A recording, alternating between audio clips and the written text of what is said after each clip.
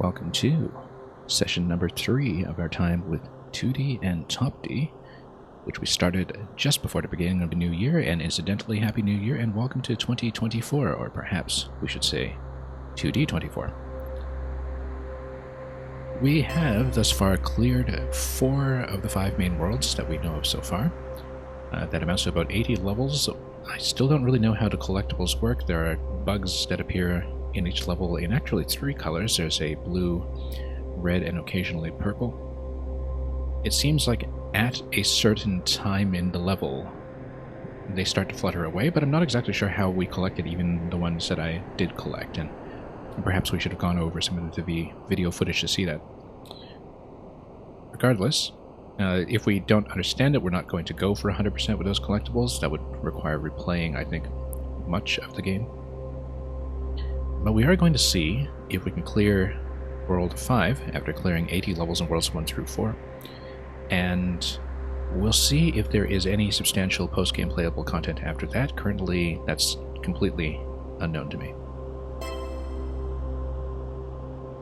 Now, the difficulty and complexity of the puzzles escalated quite significantly going from Chapter 3 to 4. We did Chapters 1 through 3 in one sitting fairly easily. And then 4 had, I think, 1 or 2 puzzles that stuck me for quite a while longer.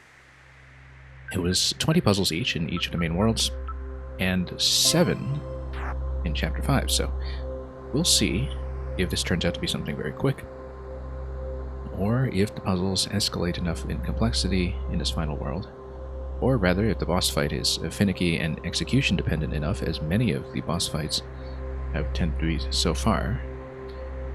We'll see how it goes and how long it takes us to get through the rest of it today, but the objective will be to at least finish this and hit the credits, and then we'll see what's left. Let's see the cutscene.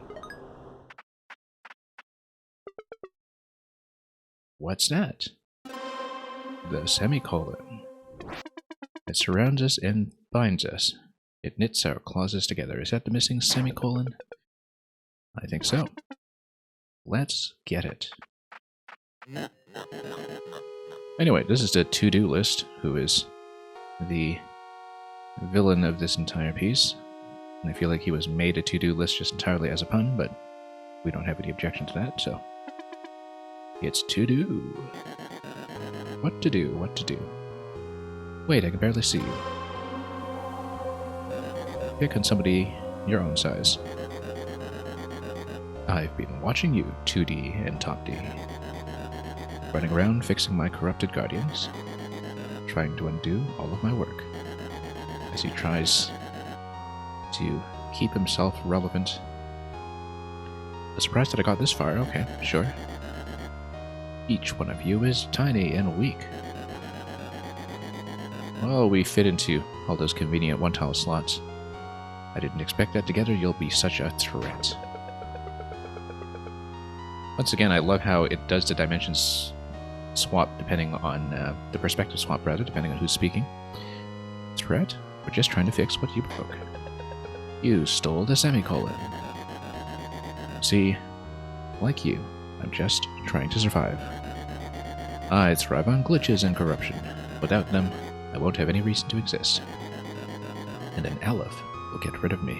I don't know, I'm sure you can always produce another to-do list for further patching and notice improvements. Taking the semicolon was just the easiest way to unleash countless glitches. Yeah, from a programming perspective, that's true. I've been thinking about the semicolon sort of from a language and punctuation perspective all this time, but actually it is just a very interesting way to introduce a bug if you're in a language where syntactically that is required as the end of statement. Rather obvious now that I think about it. Corrupting the Guardians was supposed to prevent anyone from getting this far. But none of that matters now, because you walked right into my trap. The error space. Oh, that looks like Celeste. I wonder if it's going to be something time-sensitive, but I've planted a corruption that is going to expand and swallow everything here, so is it a depth zone or is it something else? We'll see. Don't do this to do. You'll get consumed by the corruption as well. Yeah, what's the point of all this? Didn't you want to survive?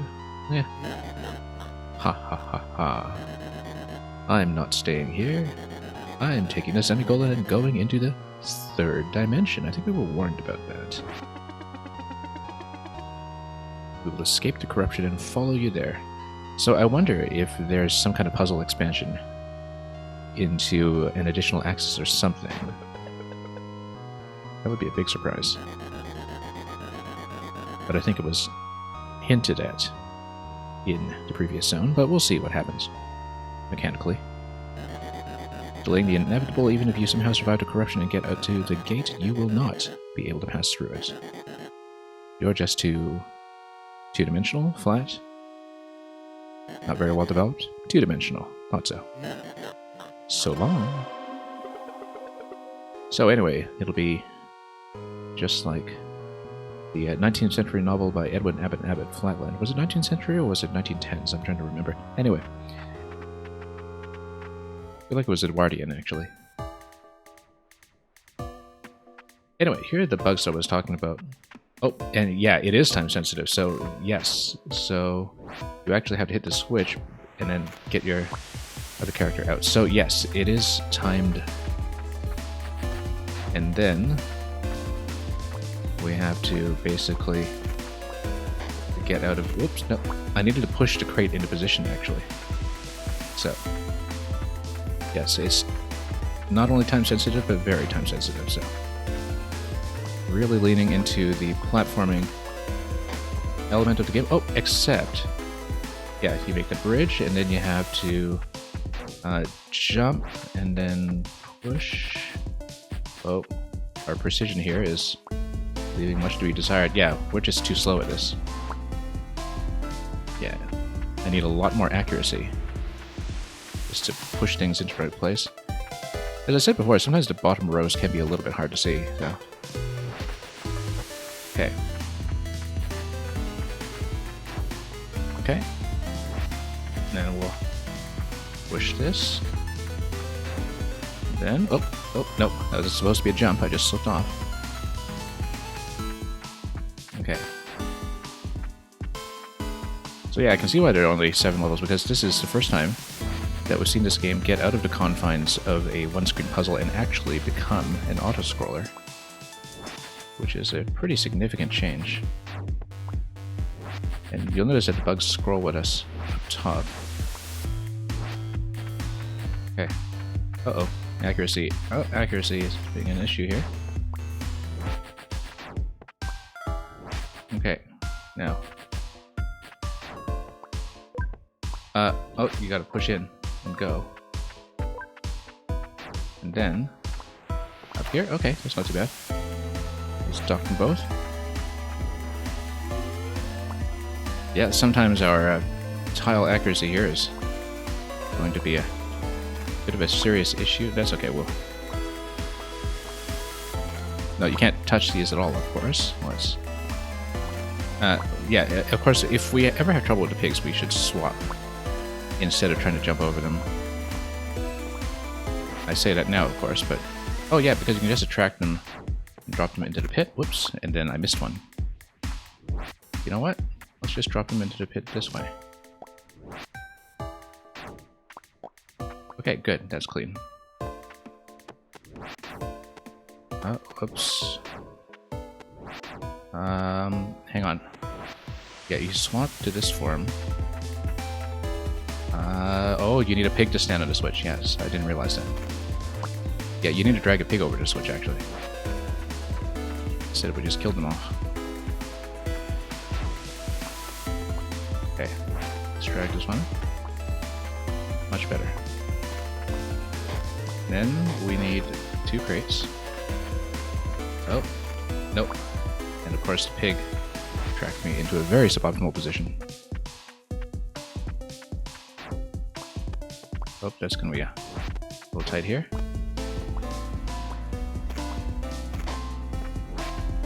Anyway, no. I don't know how to get rid of that pig.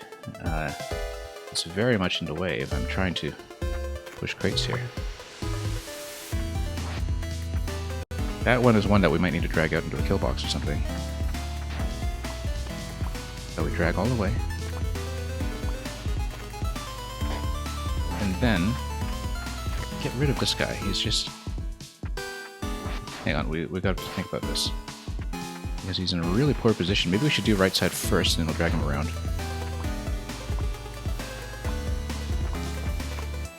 Or, yeah, we should have left that in position. Then we drop him, and then, whoop, nope, this is going to be too tight. No, it's not going to work that way.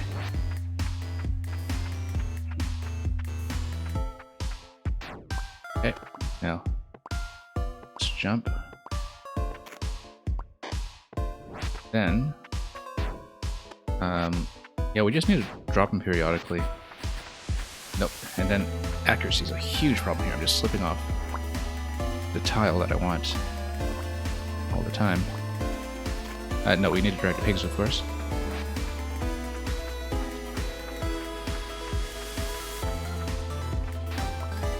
Yeah.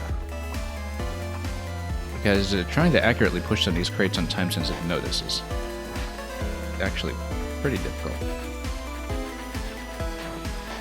Oh, no, and fell right on my head. Trying to move my other character ahead at that point. But we do need to open up both slots there so we can get both crates out. Okay.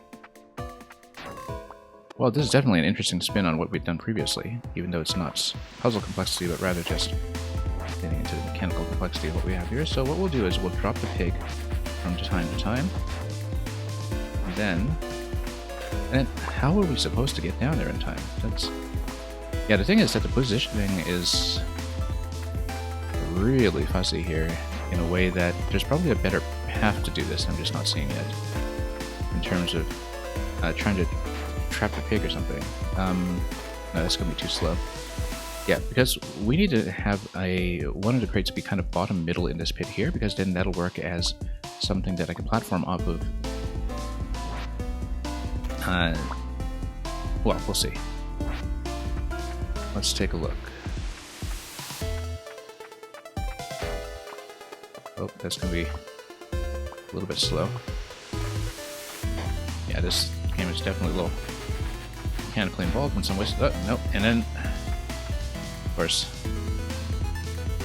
yeah, let's restart this one. That is an area where I feel like we're not finding the right way to deal with the pig just yet. And that we need to drag him over first. No, that's not going to work because he'll just drop it at any given time. No, too slow. Okay.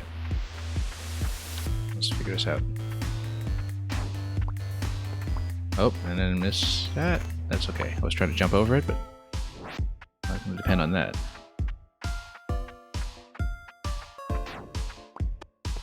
Okay, let's switch.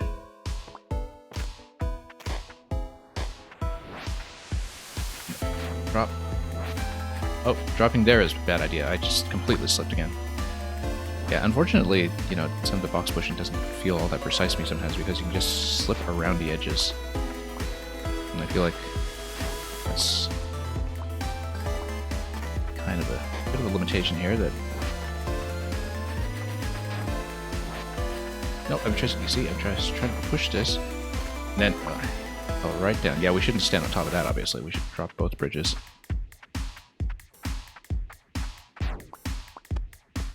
Okay.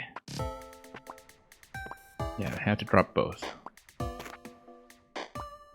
then, in terms of time, we just drop. No, drop. How are we supposed to do this? That's...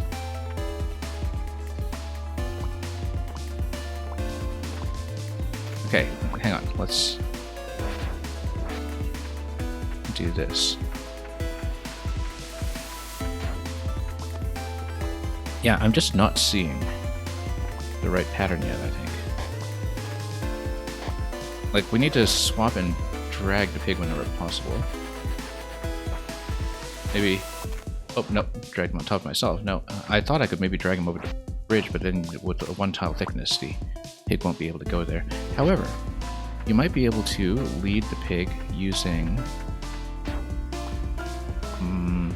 Toodee, the side-scroller character.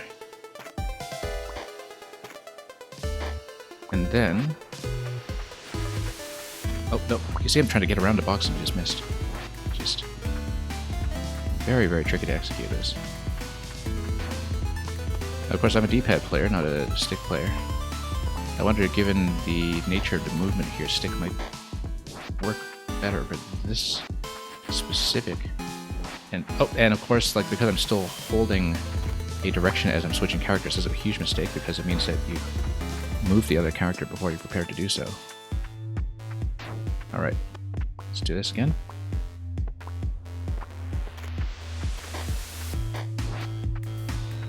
And then, no. Yeah, it's really difficult to aim in some ways. Now I am on Pro Controller D-pad, that might be part of the issue. I might consider switching to digital inputs and Joy-Cons specifically for this, because it seems like the kind of thing... Oh no, see, missed. Completely missed. And then there's too many phantom diagonals there.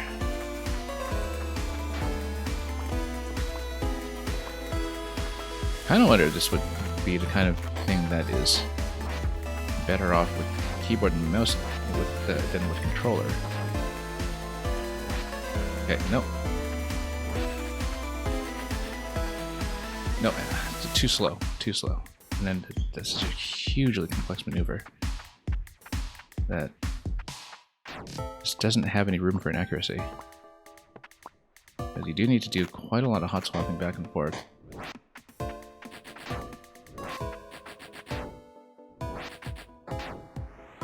And then, oh no, and then of course I dropped them into the wrong place.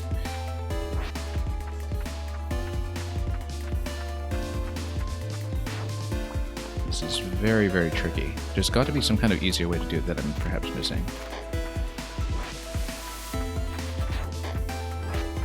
And maybe... And then... Nope.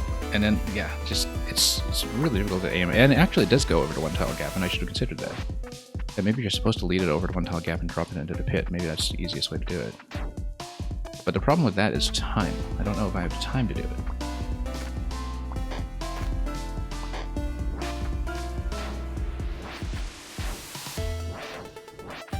Okay. Nope, and then too many accuracy issues there. Yeah, there's no time to lead the pig over. I guess it would save me some of the time with some of the swapping back and forth that's going on.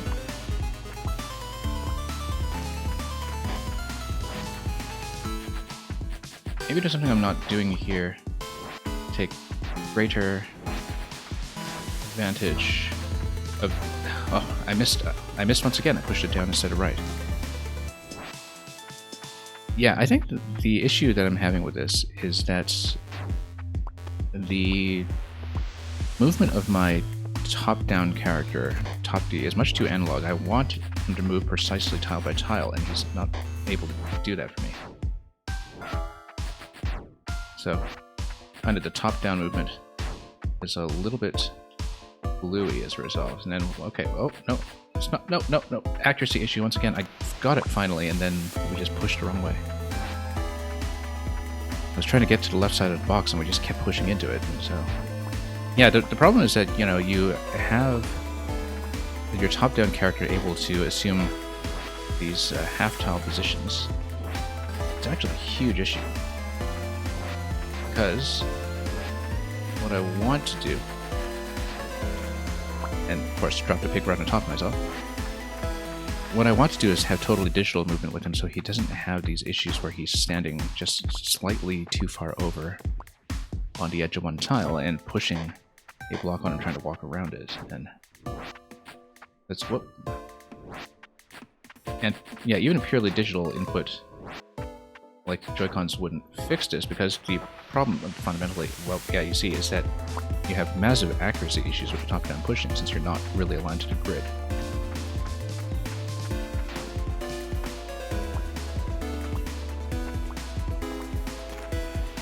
Just too accustomed to the games like, I don't know, Cadence of Hyrule or something, where you actually have nice clean grid movement. And Yeah, even with games like Fire Emblem or Advance Wars, I never have a freeform cursor. I always make sure I have a digital cursor that can have very accurate tap inputs that stick to the grid, because it just makes a lot more sense to me that way, especially with something tile-based like this.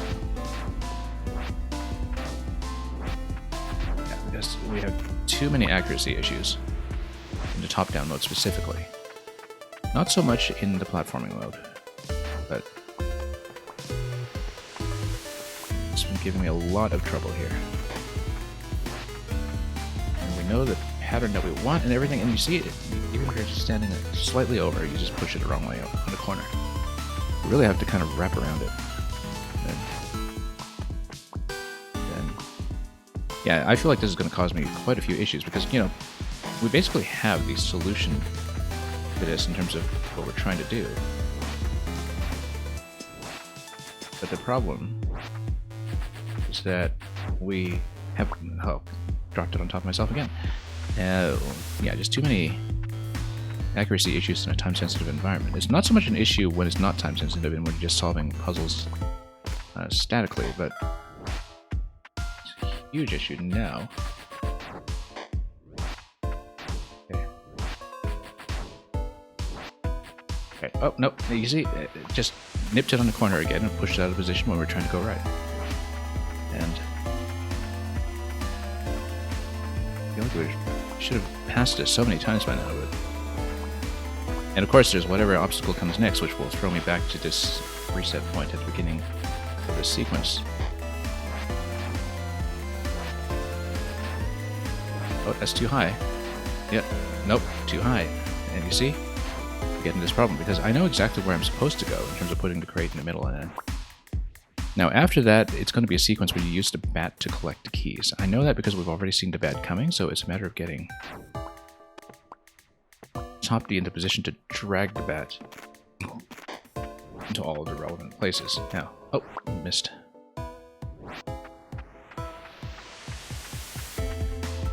Okay.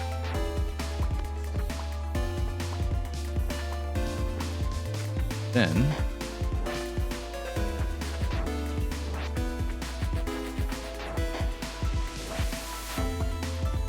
oh, no, and then now I'm jumping into the wrong position. Okay.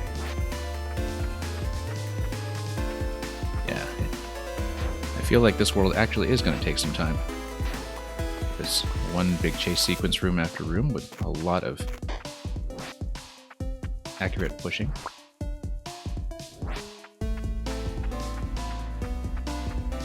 Okay, we'll try it again.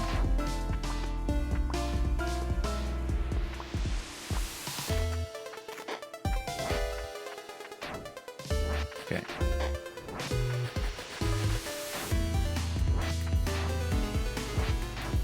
Okay. Nope. Too many swaps. That is a really difficult sequence. I'm kind of astonished at how difficult it is. Whoops. And maybe it's one of those things where the input method actually does make a difference. Maybe when initially tested with the keyboard and mouse or something, for, you know, pure keyboard input, it was not so much of an issue, but...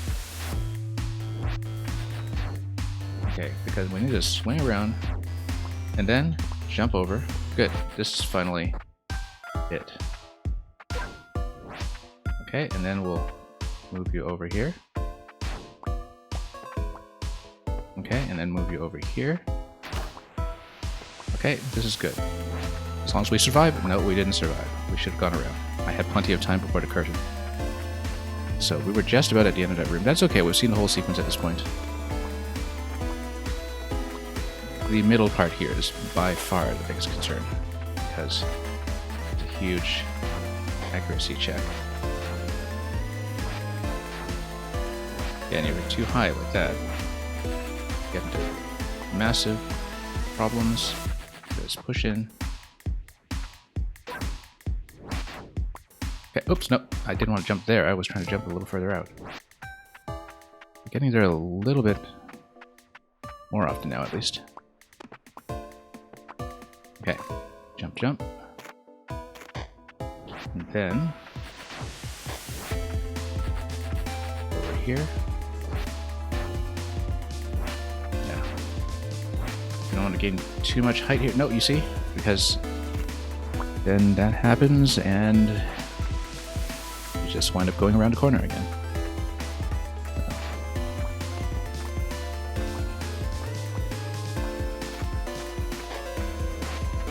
Yeah, I really find myself missing purely grid-based movement here.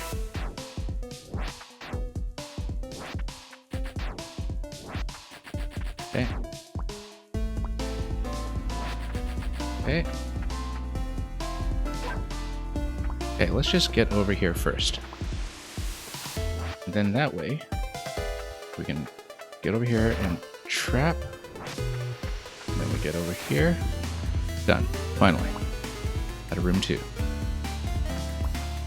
Okay, this is going to be some water blockage. Since he's through. Did I still need to crate? Yes, I did, in order to plug this over here. Actually, well, a fire crate isn't going to block that, so not. Oh no, that was a problem. Let's restart this one. Oh yeah, I have reset bound to L. I remember that now.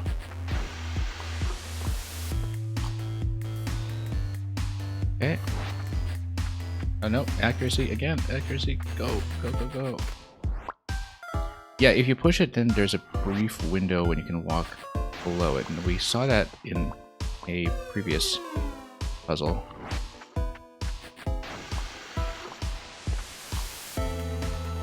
Okay. Oh no, you're supposed to, yeah, eliminate this. And then the flames cut each other off. Yeah, that's what it is. We actually stared at the puzzle solution for ages and ages just to learn that mechanic the other day, so we should know it by now. But the problem is, of course, that yeah, just a little uncoordinated here as we're trying to move across.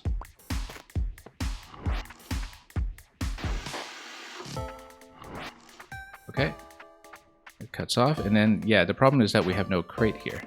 We're supposed to push the crate all those. Ah, no, that's actually the top block, because we don't need a crate, because we actually need a gray block that's near the top.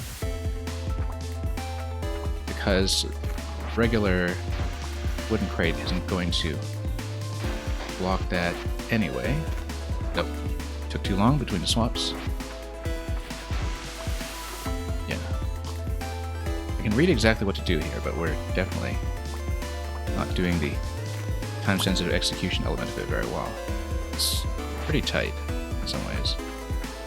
In ways that we have not been tested on previously, except perhaps for the bosses. Okay, good. Now, here's the problem. I think we actually did need that crate, because otherwise we're not going to be able to get up here to push. Because we need to push a crate over here to create a bridge in order to drop the other block. So we need to get ready for a crate push. And a pretty sizable one at that. Oh, can't miss the jump.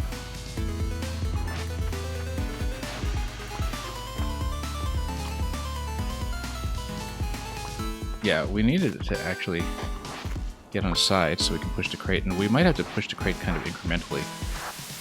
Or, oh, not push the crate, we can just pick it up. You know, throughout the whole previous puzzle when I was complaining about the crates being difficult to move, I just completely forgot we just pick up the crate instead of shoving them. Wait a minute, we just forgot there's a pick up button in this game. And of course that took too long. Okay. Yeah, the problem is that this always takes a moment to crumble. And of course some of the phantom up inputs from what we're doing here have created a bit of an issue. Like I said, I really wish we could have just unbound the up button.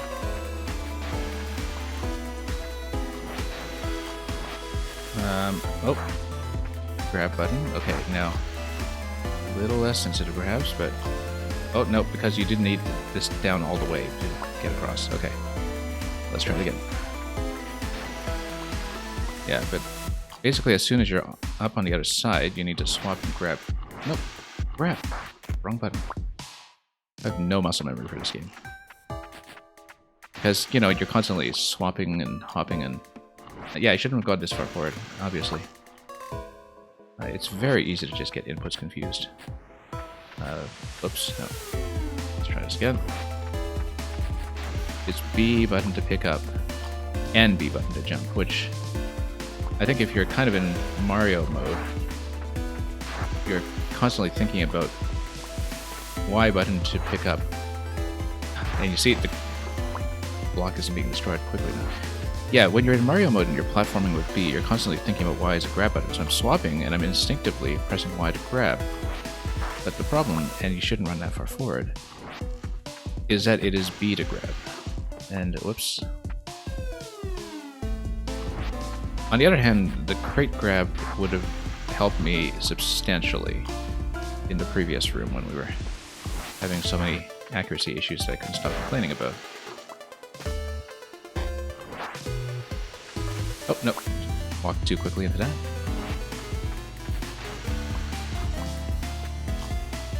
Yeah, because if we just remembered to grab in the previous room, we suddenly have far fewer issues. Okay. Oh, nope. Nope, I was trying to push it from above, and because, of course, with that block, you can't actually... hang on, let's reset this. Yeah, with that block, you can't pick it up.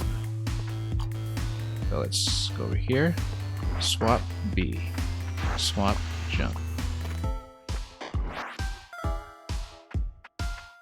Okay. Now we have to be very careful. Nope, pushed it too far. One block too far.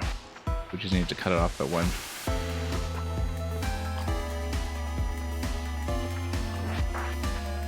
Yeah. In general, between this and the boss, I can see that my ability to execute this stuff has been sort of far below my ability to just solve the rooms in terms of where all the difficulty in the game is coming from. You see, I'm trying to just wrap around and push that down low so we can drop it down below. And then you have to be fairly accurate about that. Have to be, as you can see, just a little too close. You know what? Drop it over here, and then you can wrap around on this side. Nope, nope, I was trying to push it to the left. Yeah, so many accuracy issues. Gotta treat it like a Mario precision level or something. Oh, nope, too far. Where you have to hug a wall to properly align yourself on the way down or something. Okay. Move. Yeah, the safety margins do basically require that you move things as you go. Now you see? No, you see? Wrong once again. I was just trying to move it to the left. And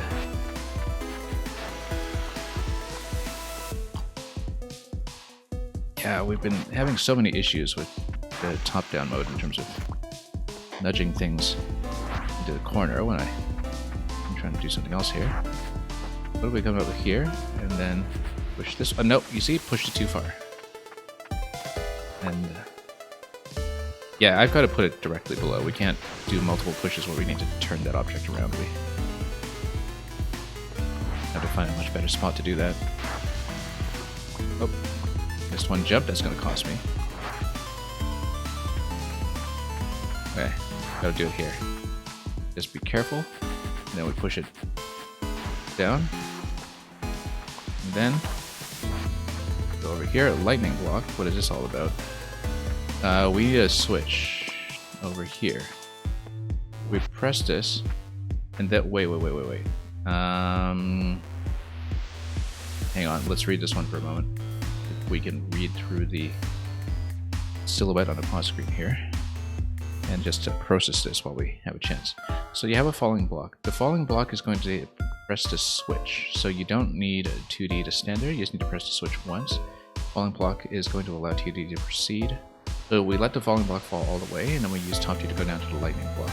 Lightning block, you carry it, and you just carry it through the lightning, and that's how you get across. Okay, it's actually simple. We just took a little long to read it, so. Because I needed to determine whether the falling block was something I should be picking up and reusing somewhere. Oh, come on. Nope. See? Alright. Now, this is always a little tense to execute. Let's... Oh, nope. Didn't manage to make that jump because I couldn't see where I was. This is going to be a little bit tricky here. Not a lot of room for error. That's okay, I mean, it's the final world, you can expect a little bit of difficulty. Anyway, we'll wrap you over here, drop you down, and then... Yeah, here's the problem, is that I took too long with that swap. Because I basically overshot with Topdee, when I should have been standing right on top of the panel that I want to release. Nope. See, flubbing a jump here is, once again, likely to cost me.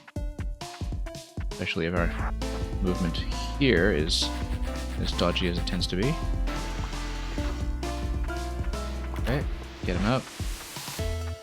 Park him right on top. Make sure the switch actually falls all the way, and then we have to run, run, run. Okay. And then, hang on. No. I need to do this a block at a time. We have to rethink that. I actually don't quite remember how some of the lightning mechanics work in the side-scrolling mode because we haven't seen them in a while. I don't remember what the logic of the lightning blocks is. This is kind of a review of all the mechanics you've learned in every world. You've got the fire and water, you've got the lightning, the flames, and a little bit of everything. A little heavier on the water world so far, not so much with World 2 and the movement of the pigs and the bats, but of course we saw a little bit of that in the earlier room. In fact, as Room 3, this is kind of like a review of the World 3 mechanics, whereas Room 2 was kind of a review of the World 2 mechanics with the pigs and the bats. So, okay, gotta go quick, and then we get in position right now. Nope, too slow.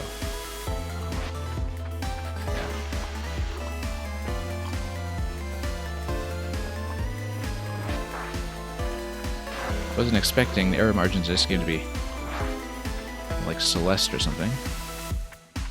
But they kind of are, especially if you look at some of the bosses. Like, there's a lot in this game. Whoops, no. See? Once again, nudged the corner.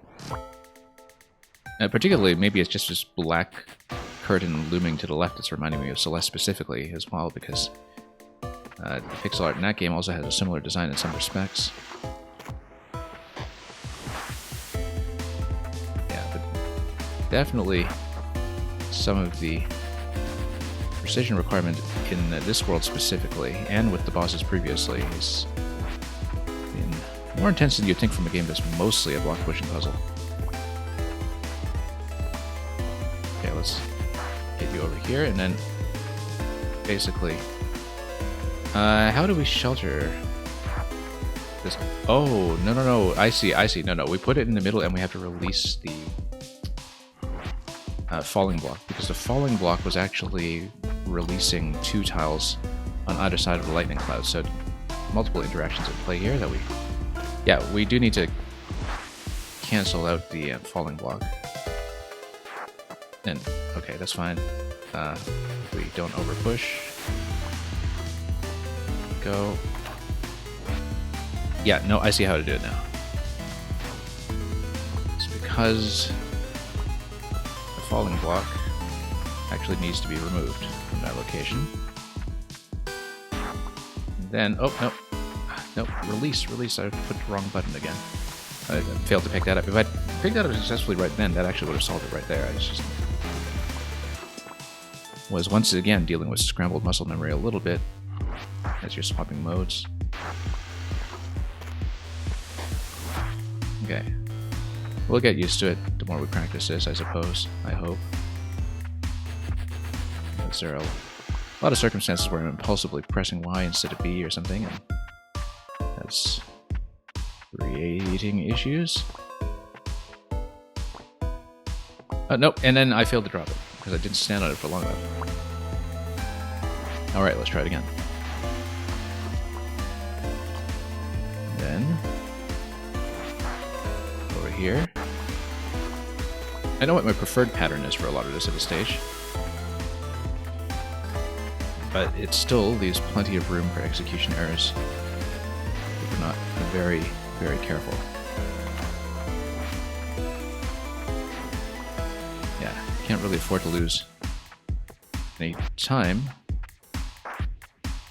Okay, we're doing better with that particular error margin than we were previously. Okay. Now we walk across, and then, oh, we have to drop this in order to walk over here. Okay, we're done. Room 3, clear. Room 4 should be a review of World 4 mechanics, and indeed it's going to be the portals. Oh, and we probably need to shatter that block so we can use the portal movement to go through here. This will take... maybe not, actually. We can just go like this. We're fine. I think. No, we're not fine, because we won't be able to go through here until we have a way to portal through somehow using... Oh, and then you had to deal with the clone mechanic, too. Okay. Okay. You actually have to drop this. So then you can take this out with you. And then... that doesn't seem to make sense. Let's think about this for a moment. Don't have a lot of time to look at this thing. Yeah, because you can open this, and you're clearly supposed to. The only reason you would have to open this is to pick up and go. But you don't need to do it that way. You can just go down here, and then you have a lot more time available to move this. Okay, and then just swap over as much as you can. Oh no, yeah, I needed to push one in. And then have one more still available. Okay, let's swap. And then, of course, I never leave enough time to let those blocks get destroyed, so a little bit of a problem here.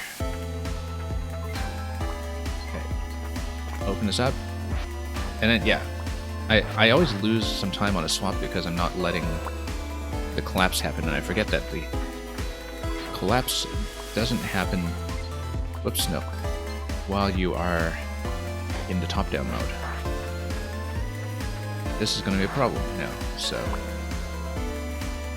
Okay, we're still basically figuring out the pattern for this area, and then swapped a little too quickly once again. Let's just go this way and just jump as soon as possible there. Do a bit of a swap. Then... okay. Nope. Get through. And then... here's a bit of a problem here that... yeah, I feel like I needed the use of the portal in order to get over there, but then one portal's already expended at that point.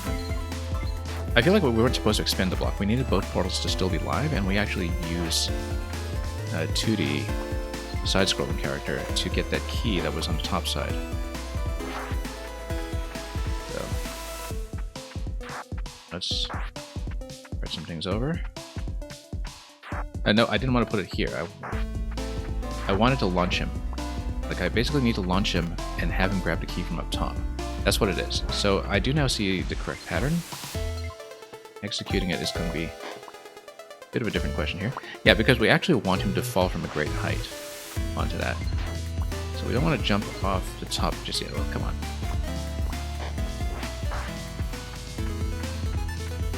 Indeed. Put this down here, then we'll move... no, not far enough. Because we want to launch him up here and get the key, basically.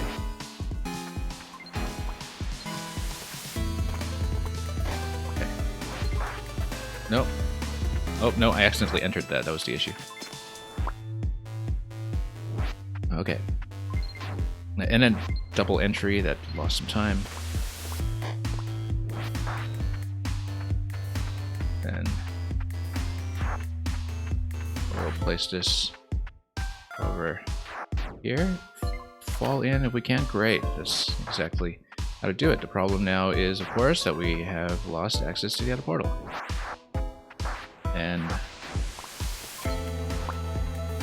And of course the other portal is no longer usable because it's in the dead zone. So hang on, let's reset. Okay. You know, yeah, no, that's actually not useful to lose. No, we do need to break that, but let's just break first, then grab that instead of going through the portals. Yeah, because you don't actually gain much time from doing things the way I was doing them. Now, you do need to grab both. Then, what we'll do is we'll launch like this. The problem is that we've lost access to a portal again now, and that, wow, doing this in a time-sensitive fashion. Oh, we'll need to break this and then use another portal to launch. So we actually do need both of them live at this point. Although if we have both of them live, then we don't actually need to break the clone in the first place. So maybe we're not expected to have that live then. Let's do this. Move down here. You don't actually need that much height. The important thing is to have enough room to go back and grab that and fall back in. Oh, no, not enough height. Not enough height. Off by a tile. Alright. Hang on. That's too much time lost there. Let's try it again. Left. Kind of need to rehearse this. And then... oh, no, forgot to go back and grab it. Very easy to get scrambled, even if you know mentally which pattern you're precisely going for. Okay, let's move it here. Move it here. Okay, and oh, no, not enough time to go back for that one. Or do we? No, because at this point we are falling into a pretty bad position. No, not nearly good enough. Or can we save this? Hang on. Little too much time lost there. Let's... Actually, does the curtain even start moving before you move? No, okay, so you actually have time to look at this. I only just realized that the curtain only starts moving once you move, but the bugs on top start moving, so you have to go right away if you perhaps want to keep pace with the bugs. So you actually do have time to look at the room and collect yourself first, except you only are able to do that with the first screen. Oh, nope, accidentally pushed it. Yeah, we're having a lot of execution errors all over the place here, but that's what happens in a time-sensitive scenario. So let's pop this one down. That should be enough height, I hope. Okay, and then we go back, grab. Then we do... Yeah, actually, I didn't mean to fall into the right side here. We do need to fall left, perhaps, and then... Because now we need to grab that. And then, yeah, we have a huge problem here. Now, we need to scout ahead a little bit, even though we're going to die in a moment. Oh, that's kind of interesting that the death doesn't register up to a certain point until you're actually off screen. Because if you're under the curtain, of course you're going to die when you swap back. But if you haven't swapped it, you have time to look at what's going on, which is important. Not enough height, not nearly enough height. We're going to die. Let's try it again. Alright. Just need a couple tiles. We need to optimize a little bit so we don't have too much wasted space or wasted time. This is, however, a little too far to the left. Then we'll drop left. Then... Oh, too tight, too tight. Okay.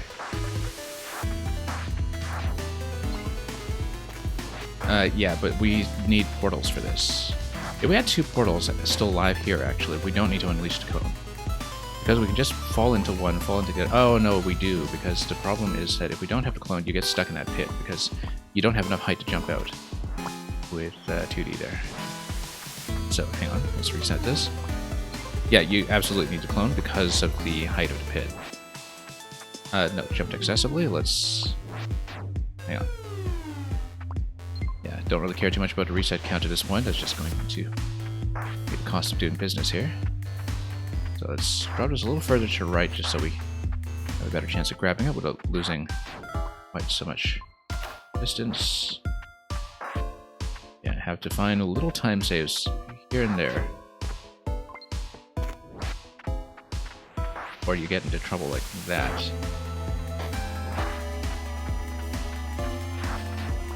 Nope, and then fell in poorly.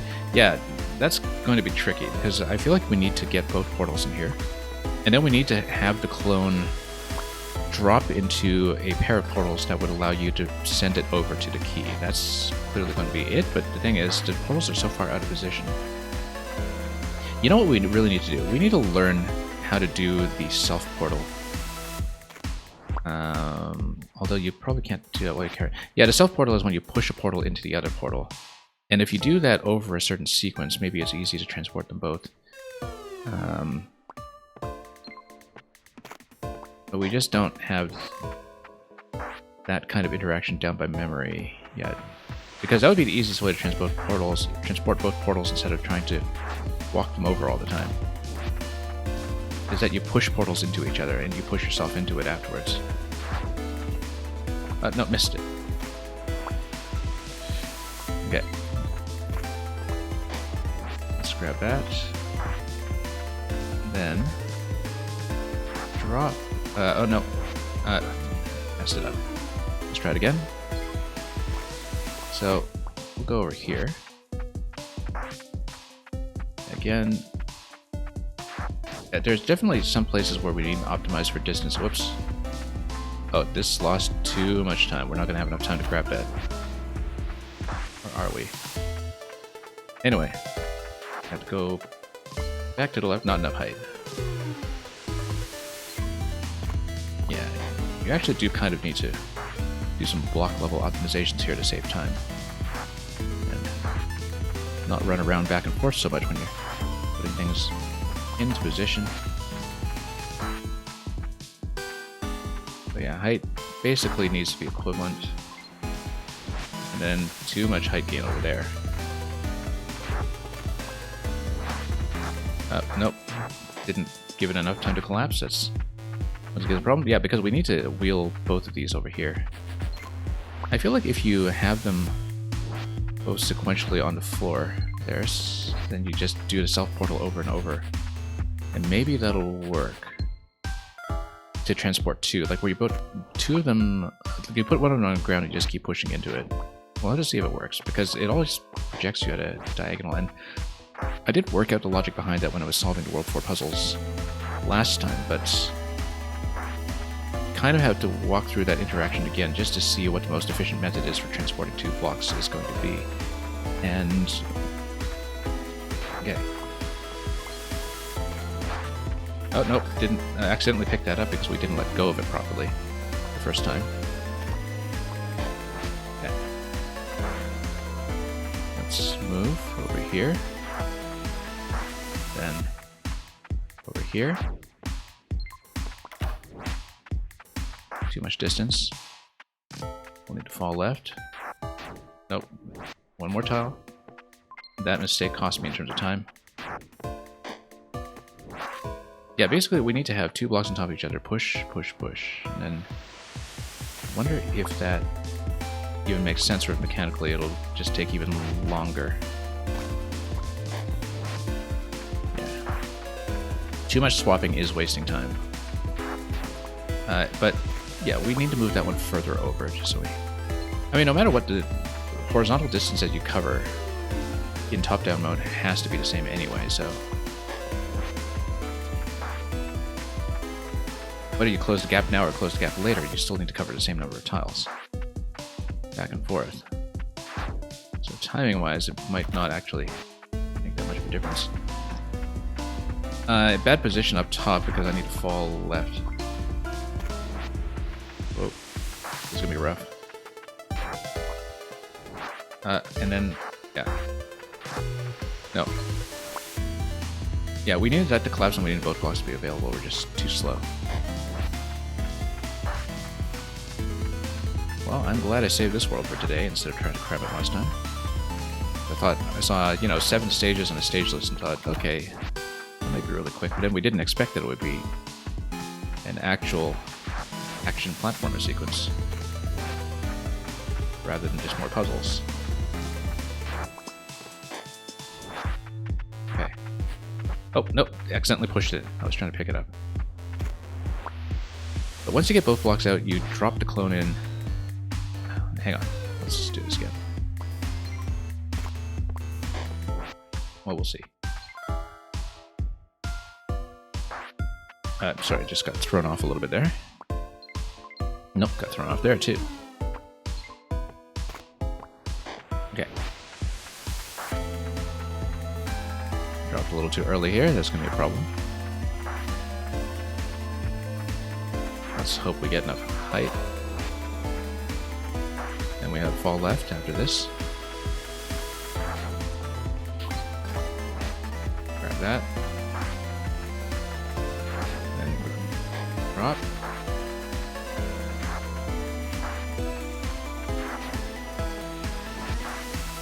Okay. No, not enough height. I messed this up. Okay. Hang on. Well, we don't have the positioning down for that yet, and we're also losing tons of time with the block swaps over, because I'm clearly not doing that in the most efficient way. We gotta test something. Hang on. If I have the space to test it, and the problem with testing something here is that you can't do it when the curtain is bearing down on you like that. So I want to test a particular interaction for moving 2 blocks over stepwise, and I know I don't have the key yet, but we'll swap over for that. And then down and up. Grab the other one. That is so tight.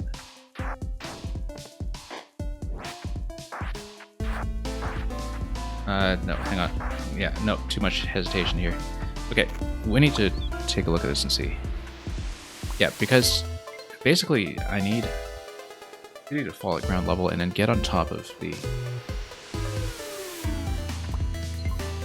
collapsible block that releases the clone. And we swap over before the blocks have collapsed and before the clone actually gets out. Okay. It's a little more flexible in terms of our distance, perhaps. Smudge. Yeah, actually, I need to just put them in the bottom for this drop. Because the problem is that we need both blocks available here in order to lead the clone into the correct location. And the thing is, I don't remember the clone mechanics well enough, even though we did do all of that last session and learn it inside and out. Yeah, if you know your block height that you're going for, you don't need to waste time jumping in the air, you can just fall in directly. That's maybe a really important optimization here, as is falling down here. Yeah, because as you can see, actually, if you position a block before you get into the clone segment such that Toodee is just going to fall directly into placement that you have, you save yourself one block move. I didn't describe it coherently at all, but I want to show off how it looks when we get there. Okay, collapse begins. So what we want to do is we want to place this right here. Fall in. No, I missed. I was supposed to fall in directly at this thing. Yeah, no, I just missed. I was just trying to fall into the portal so we would top. Occasionally we might have to just pause to look at this properly, because it's been a little bit of a problem. Swap and swap. Yeah, swap left. Basically we want to save ourselves as many swaps as we can, just to buy time. Nope, you see it trying to place it to the right and we just missed. Then we have enough time to grab that. Then perhaps we can grab that now. And then try to leave the clone down. No, I was trying to get the clone to jump up in here. That's too high, basically. Yeah. Hang on. What do you think about that? Because no, we were pretty close to the real thing. It's just that I didn't manage to position the clone. If the clone is ideally going to fall down into the portal block that I need, but if we can't place that accurate and left, we place the portal block low enough such that it's possible to lead the clone into the portal block using a jump. And we'll have to try to do it that way, because the clone is going to mirror your movement at that stage. So, okay. I know what I'm going for at this stage. It's just that we have a lot of extra tiles that we're walking back and forth while we're trying to figure out the positioning, and it's a bit of an issue. Okay. Then, just try to make sure we have enough height gain here. That jump was a little extraneous over there too. Again, muscle memory here has perhaps not been my friend. Okay, let's drop that. I'm gonna drop our clone to the right side once we can. Okay, oh no, missed. I needed to lead him to the right in that position, and the problem now is that we can't. Okay, so that was just a bit of a mechanical error as we dropped the clone. We placed the block too close. We didn't give ourselves enough of a margin to actually do the drop. And oh, that's one tile too high, so yeah, that's one tile too high. Hang on, reset. I know what I want to do with this sequence at this point, it's just that we need to be a lot more accurate. Oh, missed it. Like what I said about being more accurate. Oh, and then, yeah, because of the swap, we just killed our momentum. Let's try it again. Let's try to fall into that directly, but then... Nope, hang on. Okay, close enough. Lost a bit of time on that, but... Fall back into the left. Grab this, and then get ready for next placement. Okay, then we'll... nope. Hang on, no, and we cut all momentum that way, or did we? Well, the swap killed it because we... So here's the thing. If you're still grabbing a block while you are swapping, then you drop the block in place when you're in top-down form. But then when you swap back into top-down form, then you pick up the block automatically. And so sometimes I'm forgetting that I wasn't dropping the block manually, and therefore I'm not expecting the automatic pickup as I swap back. And so that's been a consistent muscle memory error when I swap back and forth while I am lugging a box around. But, whoops. The problem with that is that in terms of time efficiency, you actually do want to be swapping while you're holding a crate. You just need to be very clear about what you're doing at any given point. That's too low. Too low. I knew it. Hang on, swap. Just get out of position here. Maybe we should have gone to warp through the top just to have a tiny bit of time savings. Okay. That's a little too far to the right there. Nope, missed it. Yeah, occasionally I am having the Phantom up input on a D-pad, which again I've been saying constantly I wish we're not also bound to jump. You can't really unbind it because the jump button binding and the top-down movement binding are on the same setting. So if you unbind jump from up, you also unbind the top-down movement from up, which is not really... Oh, that was a problem. We didn't want to move like that, but we were too slow anyway. Look, we've managed to get to the clone so far. It's just that we need to position the clone accurately. If we do that, then we're in much better shape. Then, of course, moving over here. Oh, no, we cut momentum there too soon, and so I'm not going to make the jump, am I? Yes, I am, okay.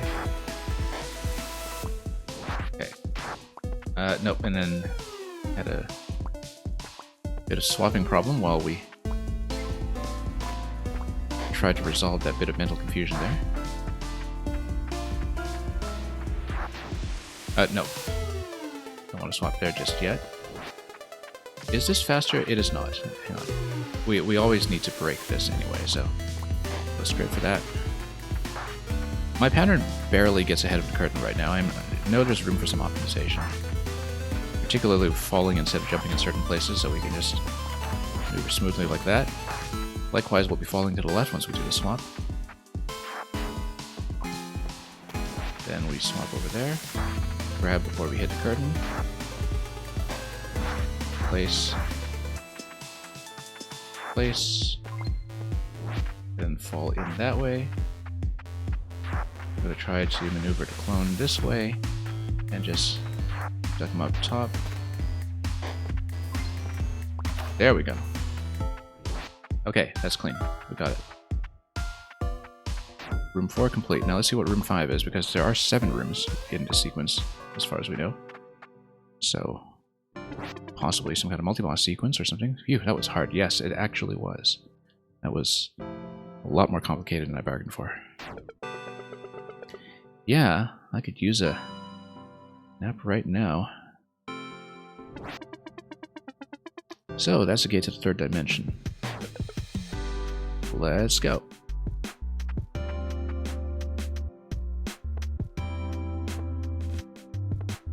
Do I get to move freely? No, this is still cutscene. I can't go in that direction. Yes, but Topdee should be able to. Or do we need to support each other somehow? Let me try. Oh. We need to combine our powers, I think.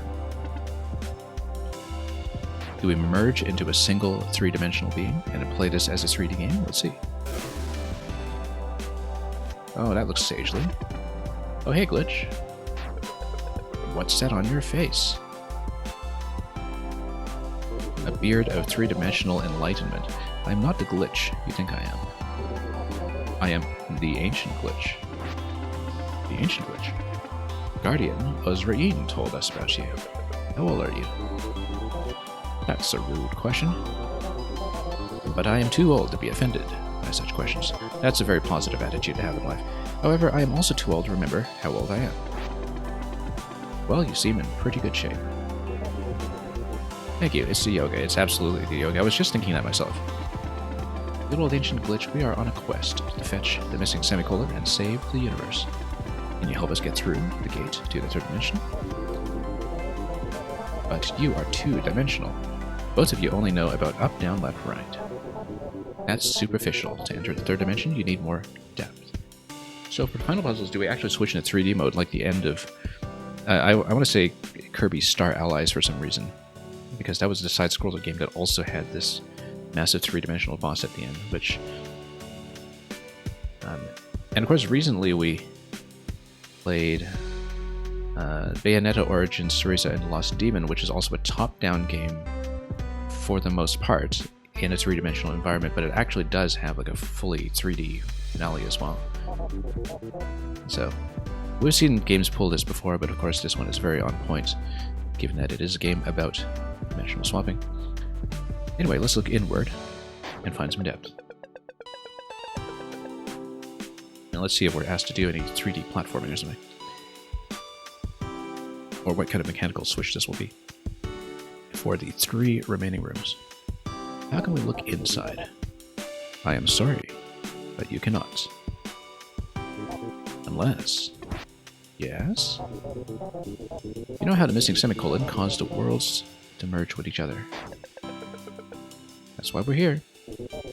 Well, worlds aren't the only things that are capable of merging. Yeah, we're supposed to merge into each other, I'm sure. With my ancient glitch powers, I can try to merge you together into one. So we can go up, down, and left and right. So maybe now instead of swapping positions, we control both in the same position as a single character. Like maybe that's it, where the mechanics of the game remaining in place, but where you don't have them in two different positions or something. Or maybe it is fully 3D, we don't know. A three-dimensional being. However, if you fail to retrieve the semicolon, you will not be able to turn back into your old selves. So the question is, are you willing to make that sacrifice? Yes, there is no way that we will fail. Love is top-down optimism. We will get the semicolon back and save the universe. Right, Toodee? I think Toodee is a little more skeptical about this. We've been stuck together for all this time. I guess it's just a natural next step. Let's do this. Alright, let's smash them together. I need you to close your eyes. Imagine your souls leaving your physical bodies. Look at that. In their yoga forms, you can really see Topdee's hooded sweater very clearly here. Now, merge. And what shall we become? Ooh, look at that.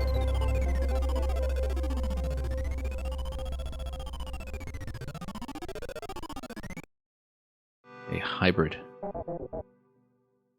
It's a birth to Zelnaga.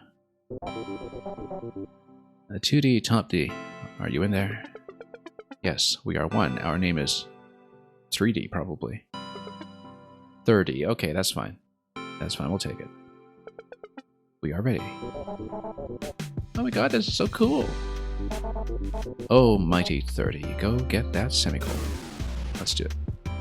So is this actually a 3D platforming sequence, or something else entirely? Let's see. It is a 3D platforming sequence. To do, we have come for the semicolon. So I wonder mechanically what switches about this. Come and get it. So is it a fully... Okay, I can't actually seem to jump here. Oh, you can swap the... Oh, okay. So right now you're kind of in top-down form, but you can swap like this and jump. Now the problem is the jump height. That... Okay. But then if you see lots of spikes ahead of you, then you swap.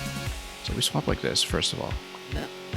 And then we navigate a big spike panel over there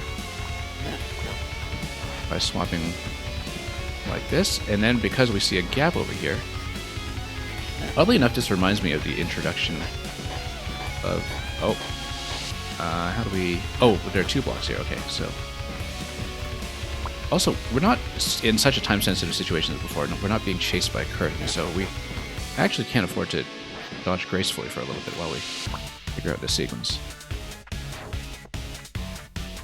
It does look like the blue bug there is a time challenge benchmark, though. We've been wondering about the bugs all this time, but I feel like they actually are timing checks, at least. Here it seems so. Okay. Anyway, I was about to say, this reminds me of the introduction of 3D in the patch content of Baba Is You. Also, can we pick things up? Yes, we can pick things up. So why don't we pick things up? Okay. Because my mechanical memory for that is extremely poor, that's why. So anyway, we need to go to side-scroller form over here. And then top-down form over here, side-scroller form over here once we dodge. We should wait and dodge first.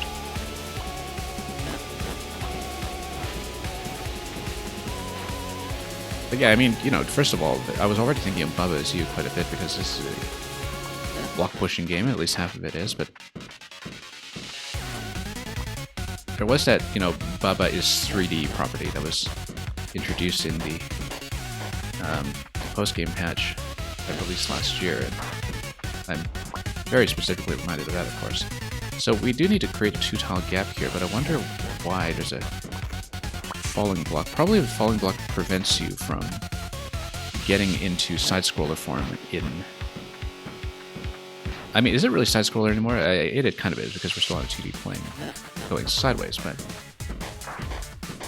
Yeah, and then we can watch here to see where things are about to fall. Okay, and then... we need to create a platforming element here to jump on.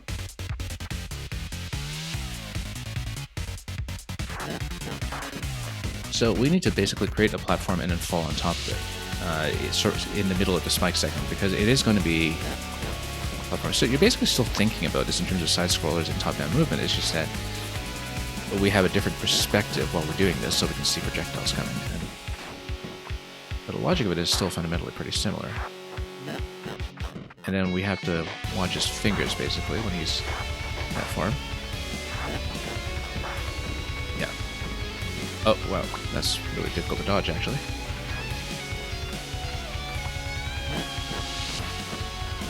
And we know there are up to 7 rooms, so there will be more after this. But maybe it's like that because it's perhaps a 3-phase boss fight. And then, oops, we kind of have to do a double swap in that location, like where we used a platformer form to fall across. Yeah, so in this form, it works like the top-down movement does. In the standard game, you can't actually... Whoops. You can't actually jump when you're in this planar form, when you're walking like that. So it is mechanically still the same game, it's just that the characters are, of course, in the same position in order for this to be functional. Whoops. So it feels very much kind of like a Kirby-style finale, just within the confines of this puzzle mechanic, which I guess also reminds me of all the comparisons to Box Boy I was making earlier, since that's also by the makers of Kirby at HAL Labs. Whoops. Now, it's a little difficult to see when a projectile's coming sometimes. Yeah, I guess have to watch the rear for where the projectiles are coming. Finger form means that projectiles are coming down from above. That's okay, that's not too bad. So yeah, we do need to watch the back. Then, oh, I was hoping to fall onto that. And then we got a little bit stuck. Maybe I'm supposed to use the falling arrow block. No, I was hoping that we could just jump onto the crate somehow.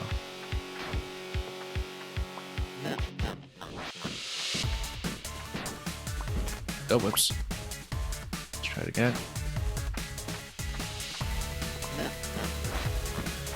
Okay. Then we'll place here.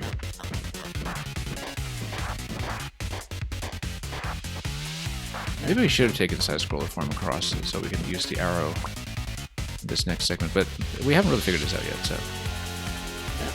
Because if you have the arrow as the falling block, then it's easier to position that in the big spike segment that comes just a little bit later. Which means that we wouldn't want to use that as the bridging mechanism, but we feel like we have to. It's just too tall a gap there. And you would still be placing blocks perhaps when you're swapping them over. Like if you swap, then you drop. Yeah. And because you drop out of position, you don't automatically pick up when you swap back into top-down form, like you do in the main game. Whoops. Okay, let's try this again. I only just noticed the yoga meditation pose in either corner as you swap forms. Because of course we haven't really had the attention to watch the corners. Okay, so let's dodge here until we know what we're doing.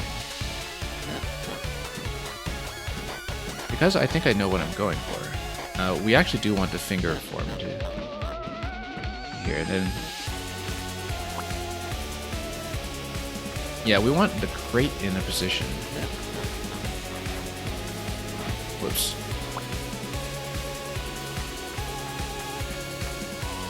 And that will allow me to create a platform that I can jump on.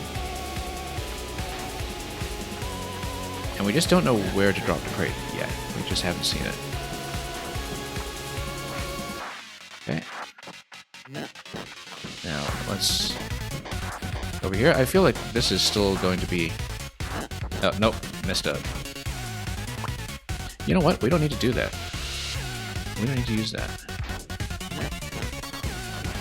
So maybe the arrow block is something that we're able to transport.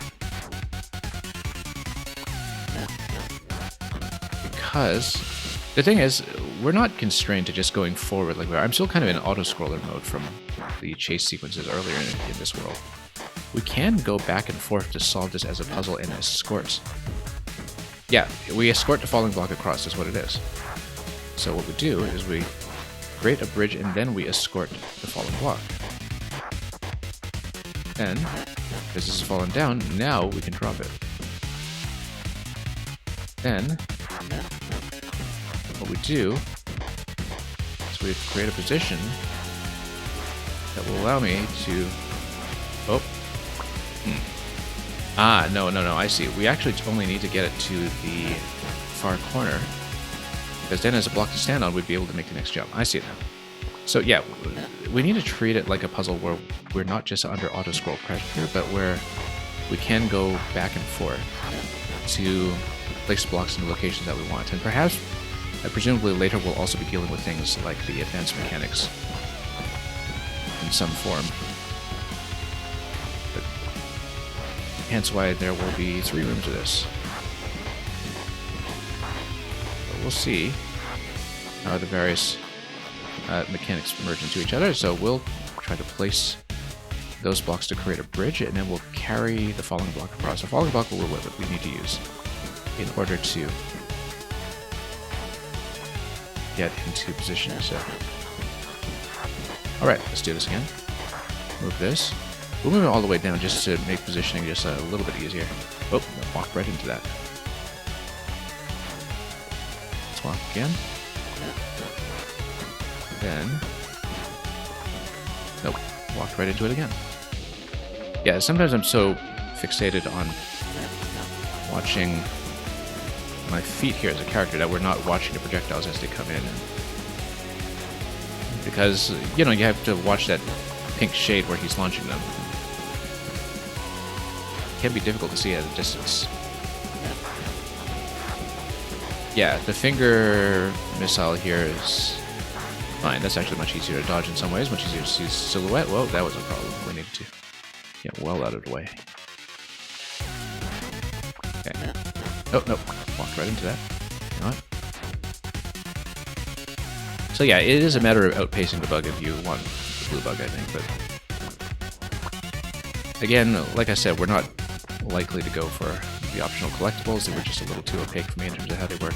But I suppose if you have a specific solution mapped out, then it's purely just an execution challenge to do things for time. In general, though, I find the execution element of this game less satisfying than the puzzle element. I mean, I guess that's just my personal disposition as a player, but then it's also because some of the platforming mechanics, I sometimes think, don't quite have the precision required to really have things be as tight as they can be. Oh, walked right into that. Not even the platforming mechanics. The platforming mechanics are generally okay apart from the up button being down to jump. I'm using B to jump, of course, but the fact that up doubles as jump creates issues, as we've seen repeatedly. Okay, let's just dodge this. Let's just wait for that form to expire first. Now we're going to drop this all the way over then. And then we switch to platformer mode. Whoa, nope. That was close. Wait, where's my blue block? Oh, it got slotted in. Oh. Yeah, no, it can't fall in that position because it falls into spikes, because the spikes are the equivalent of the hits in top-down mode in the standard game. So we can't drop them on top of spikes. So we don't drop them on top of spikes, so then where do we carry? falling block. If it's just going to fall in like that. Maybe the falling block is not the thing we need. That seems a little odd. Let's try to solve this.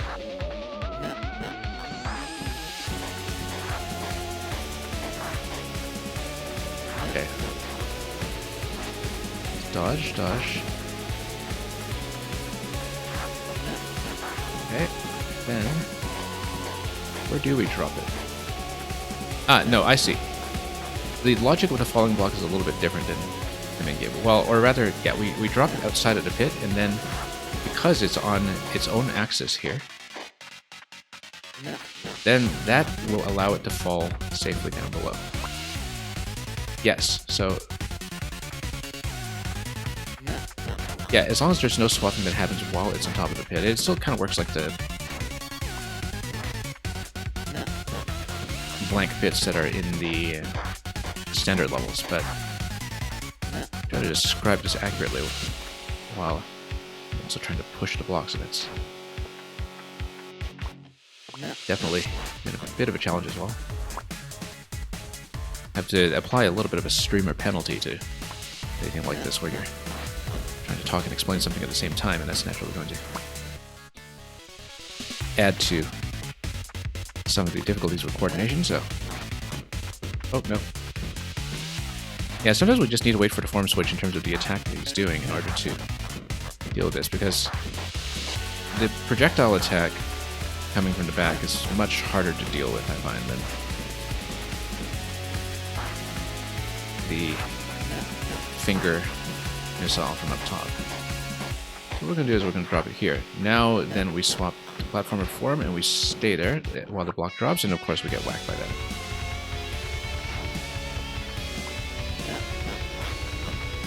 But yeah. I mean, I like that it is a puzzle platformer in a way that, you know, you do have to do things that are mechanically action-oriented and require a little bit of finesse while you're also trying to solve the problem at the same time. Kind of like chess boxing or something, where you are cognitively switching between action mode and tactical mode at any given point. You do so very quickly. But we'll try to do this. Then... oh, nope. Okay. And then... whoa. Yeah, we have to dodge this mode completely. Drop this. And yeah, we're going to dodge... whoops. It's the first time I've been hit by that, but it was a little bit difficult to see that shadow when it was... where I was walking towards on the depth axis. Over here.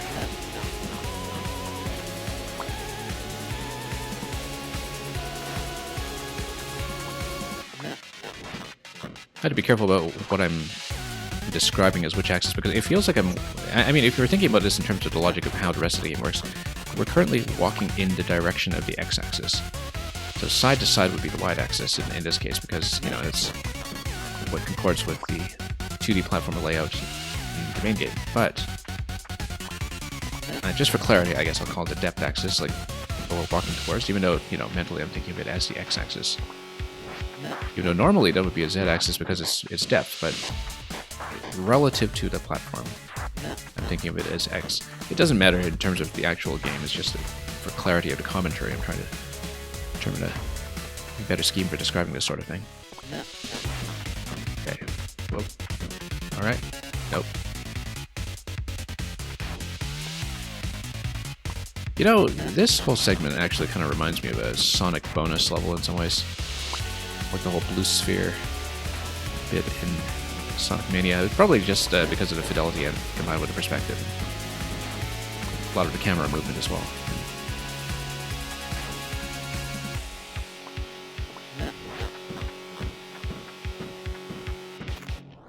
But I guess if you really had Sonic merge with some of its, you know, more puzzly Puyo Puyo elements or something, Yeah, something that roughly looks like this. In theory. Okay, let's try it again. Nope. Walking straight into it every time. Yeah, basically, oh, not a lot of room to dodge. Yeah, when he's in this attack, we need to just dodge side to side as much as we can and then proceed. Because it's just a much bigger pain to deal with than finger attack. So we'll just dodge, dodge, and dodge instead of trying to rush it. He swaps between them at a very regular pattern, so what we'll do is, once again, we'll dodge this attack first. Then, oh, no. Off to a forward position. Yeah, no use trying to progress through while we're in this attack, because you just get into exactly the same trap every time. The pattern actually is consistent, I think. It's just that we keep running headfirst into it. No, like I said, headfirst into it. We really just need to take it patiently and go side to side, perhaps. On the y-axis, which in this case is the left-right axis relative to my movement.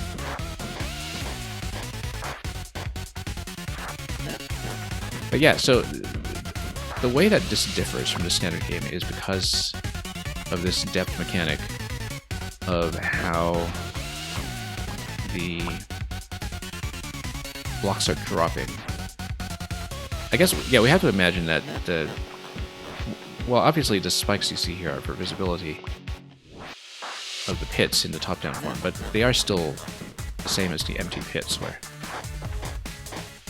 things get slotted in when you're normally doing the top-down puzzles.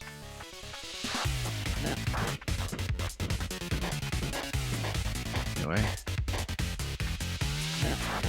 Oh, no. Oh, that works, that works. That doesn't work because I got trapped there. Yeah, you can't do it in that form. That's not going to be dodgeable if you're stuck down there while this attack is happening. So take it patiently during that attack sequence, even though it looks very much like we're racing the blue bug.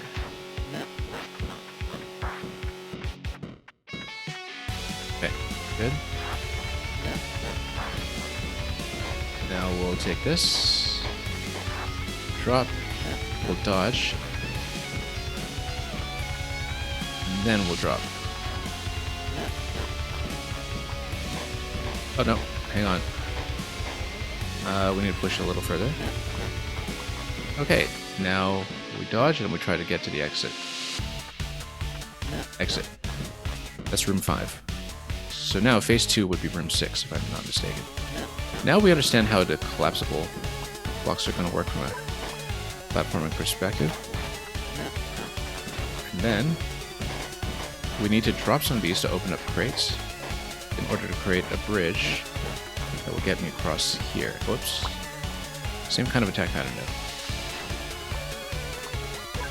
But this bit here you can do entirely in platform mode. You just swap out when you get the key, and then as you can see, the timing works out in such a way that you barely dodge a projectile when you're in that location, which, whoops.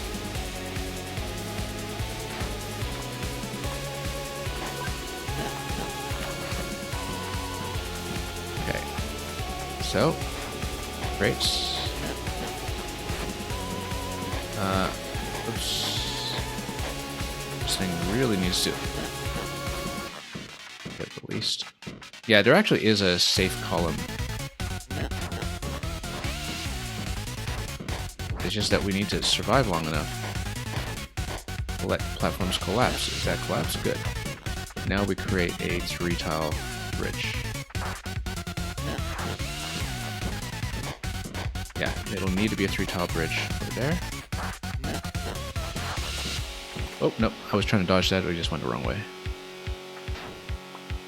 Okay, so key first, then crates, then a 3-tile bridge. Oh, no, bad jump.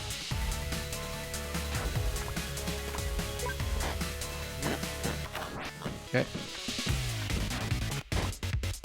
Nope. Okay, we'll just come on top of here. Okay. And then we dodge for a little while until we... Yeah, there kind of is a safe column. I'm going to rely on it. It's going to track you a little bit.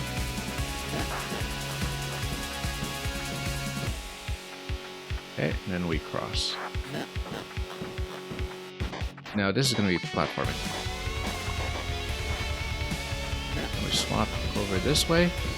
We use this spot to dodge left and right. Then we need to push ahead. Whoa, okay, no, and we need to do a swap as we go over there. So it's going to be double swap in that location.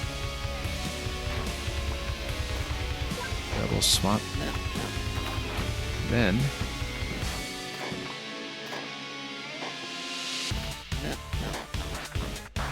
Oh, and then we walk. Okay. Yeah, take the safe column.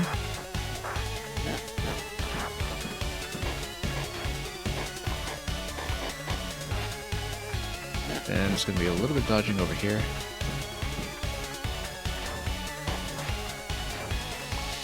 Then jump. Then we're out. Okay, that's room 6. Should be one more phase. Okay, so now we need to deal with the fire mechanics. Whoa. And we need to read this accurately while we're doing this. Yeah, we need just to block the flames as low as we can. And then that way we can just jump. Okay. But we want to block it in such a way. Okay, so let's stand in a safe column. Yeah, the fact that there is a safe column makes this a lot more doable in some ways. Just because then we can actually watch where we're going. Gotta block the flames nice and high so we have enough room to do platforming. Oh, no, pushed too far. Couldn't quite perceive depth there, but I should have stopped as soon as I saw the flames. Nope. Should have waited out that pattern. Yeah, while the projectiles are coming, we should not be doing the side-scrolling. When the finger projectile is coming, that is actually a safe moment to do the side-scrolling bit, but you can very easily get hit if you try to do side-scrolling in this form.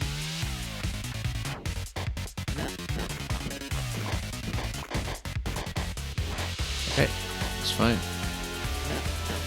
And then, oh, no, you kind of need to fall into the collapsible blocks in that sequence. Nope. Again, let's wait that out first. Even though there is a red bug on the left side that you can see, we're probably supposed to race if we want to go for that benchmark.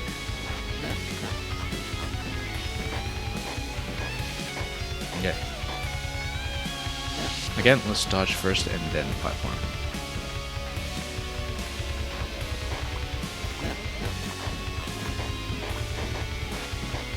Okay, and then let's dodge and then platform. Okay, and then we push in. Now we have to deal with this block over here. Yeah, we have to go across and then push it in. Okay. Oh, okay, I see. Oh, I see. We're supposed to block the hand. How do we...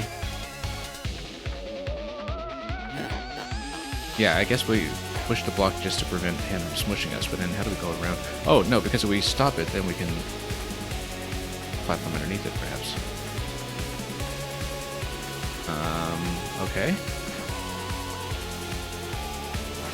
Can we? Or have I... Okay, yeah, we slipped through. Here we go, semicolon. Is that finished? Alright.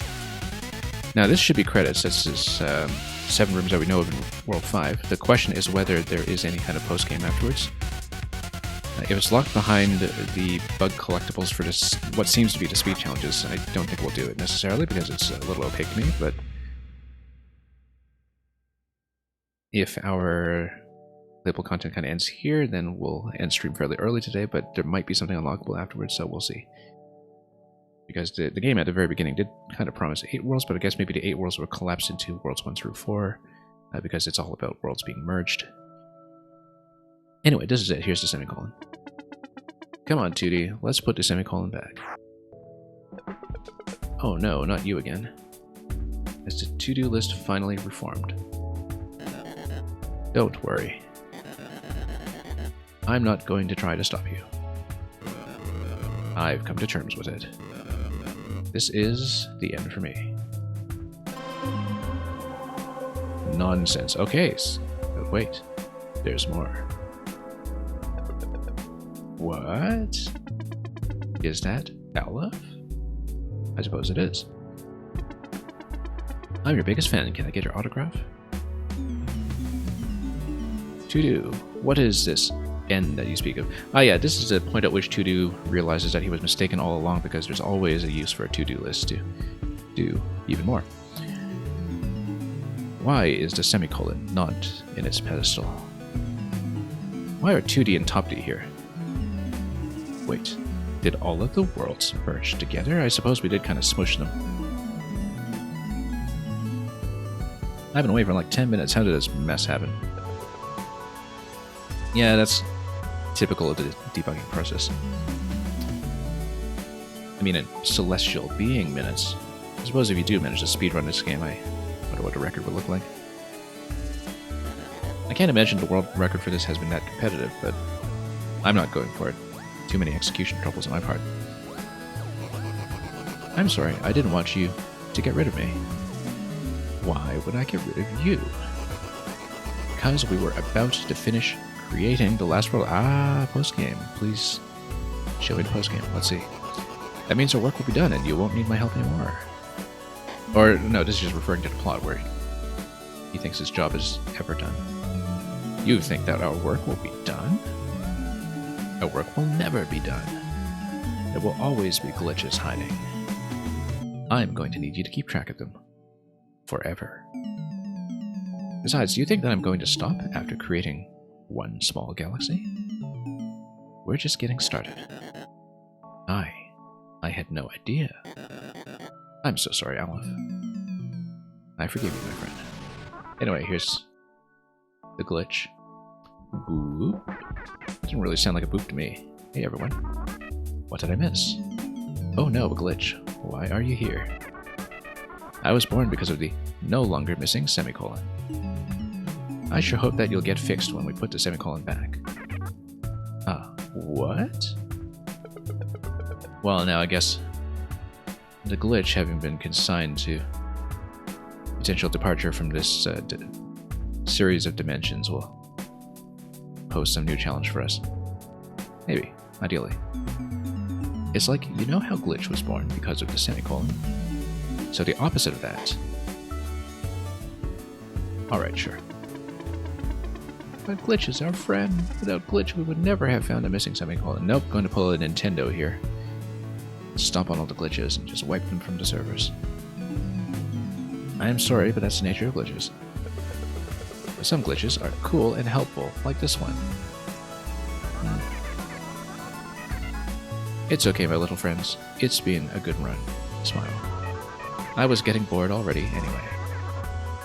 Time to say goodbye.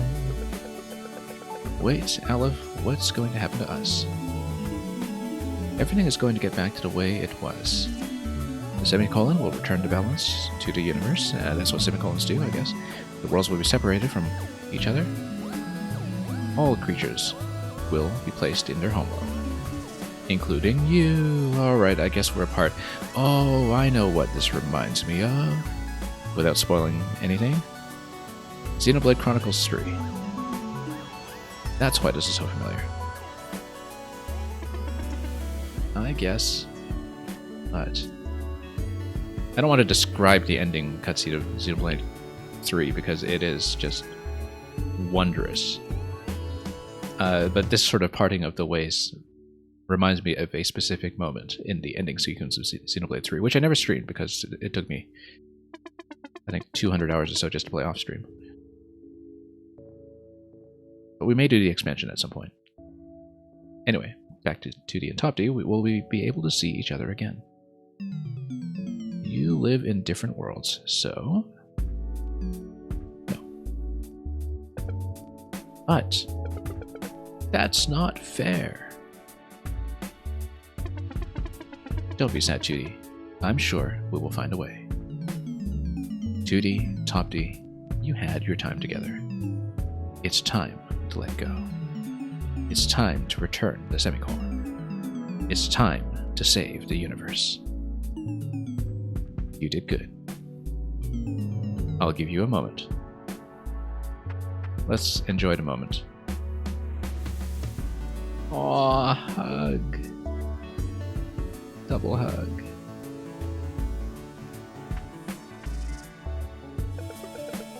Okay, I'm ready. Me too. Me 3, non-existence, here I come.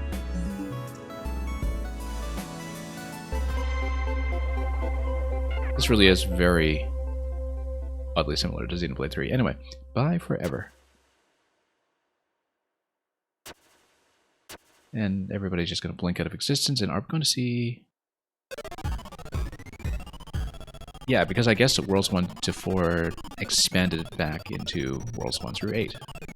Now that bats and pigs are no longer in coexistence. And we have a little autosave there, and here we are back in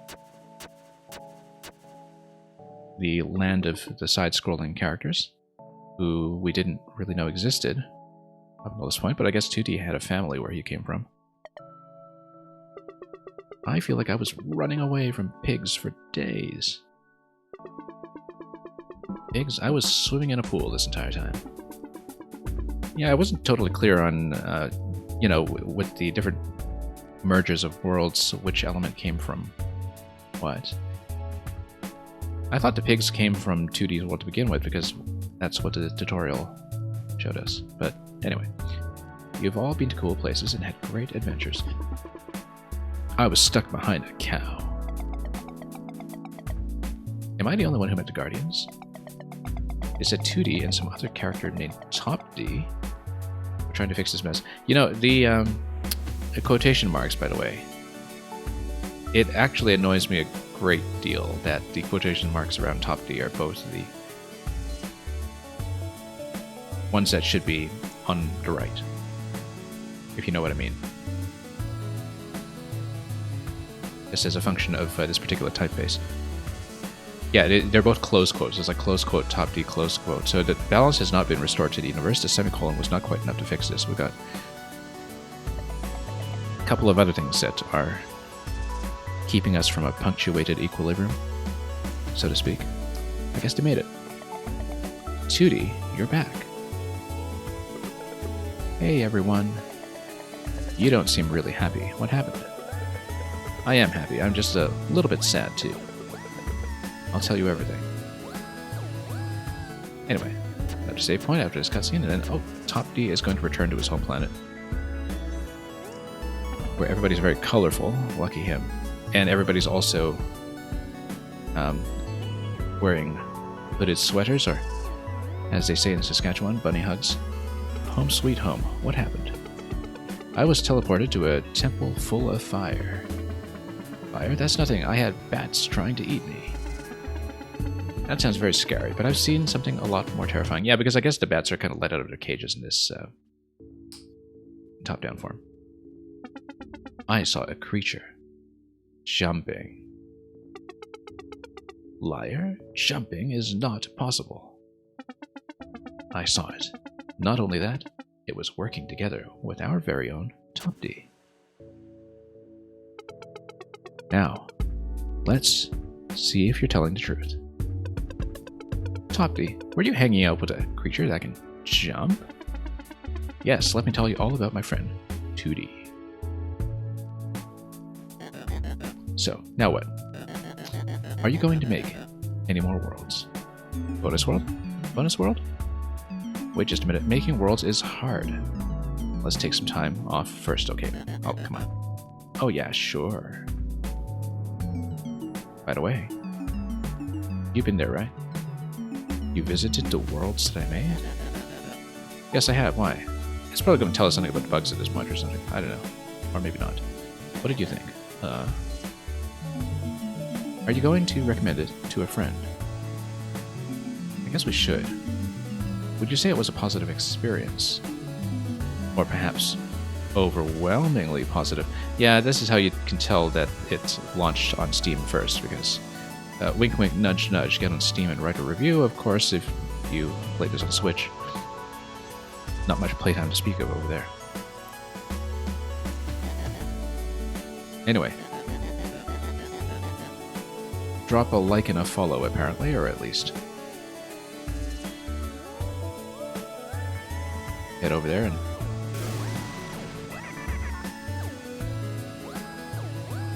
raise the rating a little bit. Zreeby dooby dooby dooby doo. Now that's the thing, is that the name of the developer is Diet Zreeby, so this is not just something random. Zreeby dooby dooby doo. This is apparently the developer theme song or something. Glitch, you're alive. I'm so happy to see you. Me too, but my name is no longer Glitch. You can call me Feature.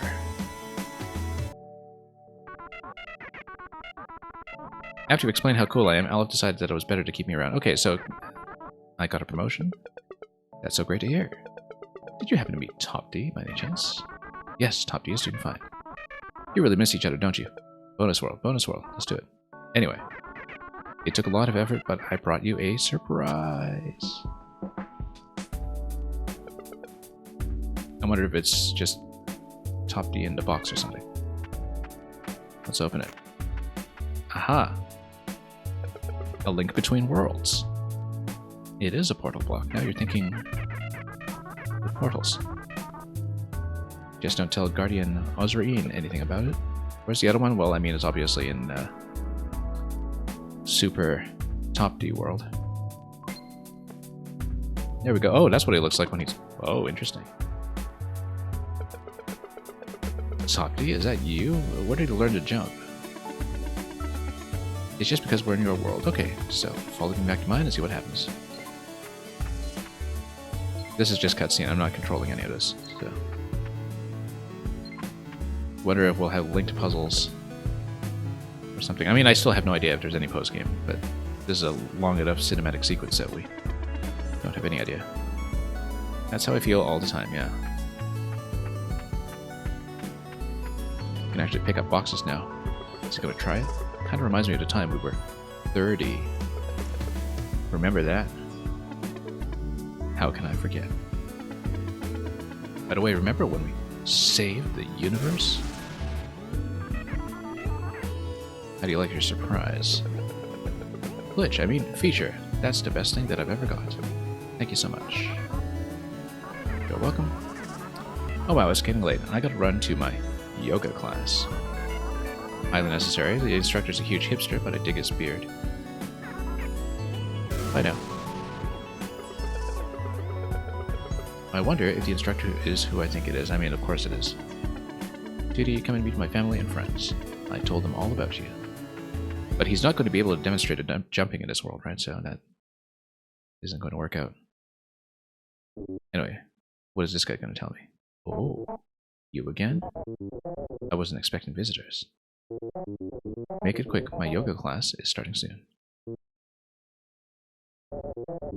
You're asking if there's anything else? Of course I'm asking if there's anything else. Let's see.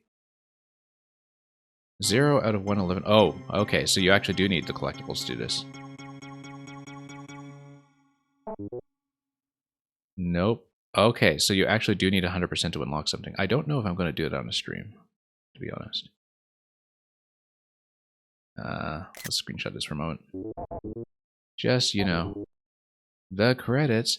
Yeah, so you actually do have to get 100% in collectibles to do this. And if it is based on a time challenge, like I said, I don't know if it's feasible for me, but if it is something that is playable content unlocked behind it, we may do it at some point if I eventually grind it out, perhaps off stream, because we basically be playing this through the same solutions and just trying to execute it. I don't know if that's necessarily going to be very interesting. I think so anyway. I don't think there's anything positional. I think it might just be speed. But I'm not entirely clear on it because the bugs were a real mystery to me. So I don't like looking up outside information, but we might have to look something up with this just to see if we have any unlockable that we need to look at. Because obviously we're way, way short on collecting any of the bugs. All we know is that, some of them float around for a little bit and then they...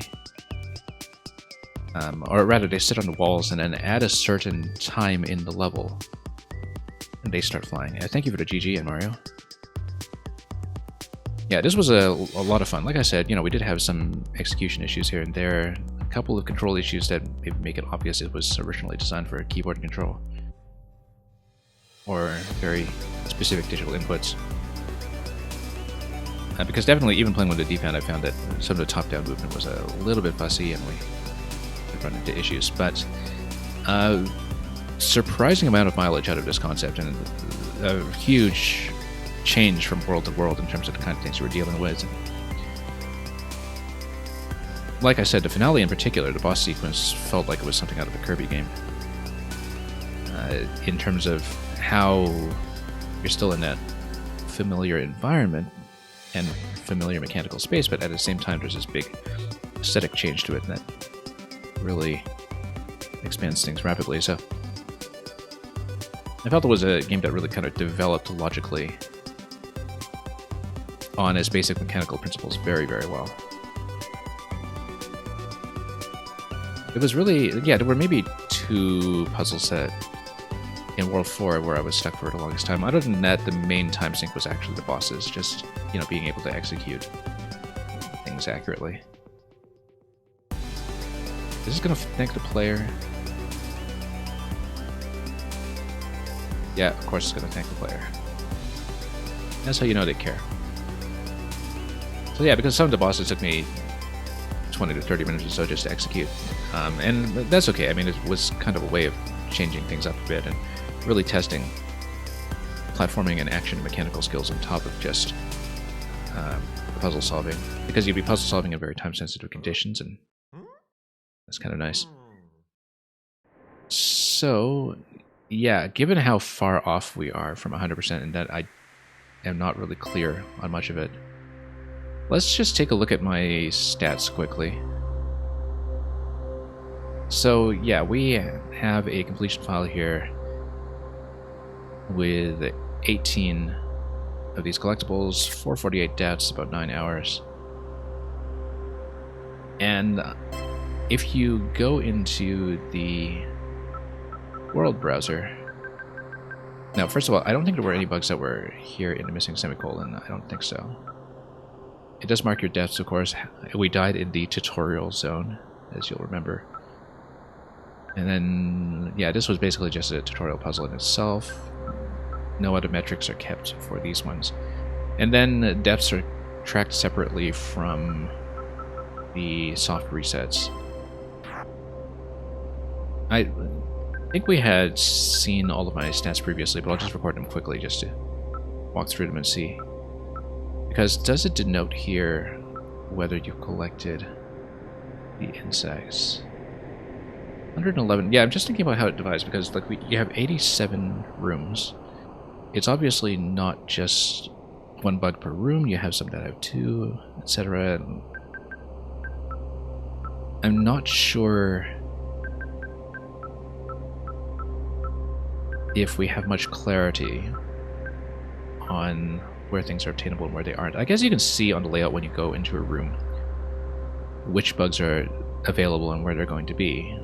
The way that you can see in this one, for instance, in the previous screen, that there's going to be a red one and a blue one, and perhaps no purple. But yeah, you have to go through this pretty exhaustively to really figure it out. I don't think it's just a time check, because like we have pretty quick completion times on some of these, and that's still apparently not good enough. But the reason I suspected a time check is because in the final sequence of World 5, you're kind of racing the bugs. I feel like we have no chance against the bosses in particular. I feel like that's going to be a lot of work to beat a time check on them, if that's what's required. But yeah, basically, you know, after a certain timestamp in the level, the bugs of the various colors start flitting away, and I didn't really pay much attention to when we did successfully collect them, and like I was saying, we'd need to go back into the video for that, probably, and take a look manually. I'm just scrolling through our stats at this point. So yeah, this one, yeah, we finished this one in 12 seconds once we had the successful attempt. So as you can see, with a very low timestamp, maybe that's what's required to get them both. It may actually just be speed medals, which adds such an execution requirement to everything in the game, even if we do have dissolutions, that I really don't know if it'll be worth it to pursue it unless the 100% reward is something substantially playable, like a whole other world. So I think what we'll do is we will look up whether, as I was saying, there is going to be any kind of unlockable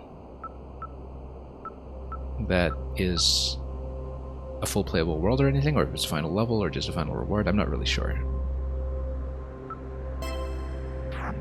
But I highly doubt we'll be going for the bugs on stream, even if I do continue to play.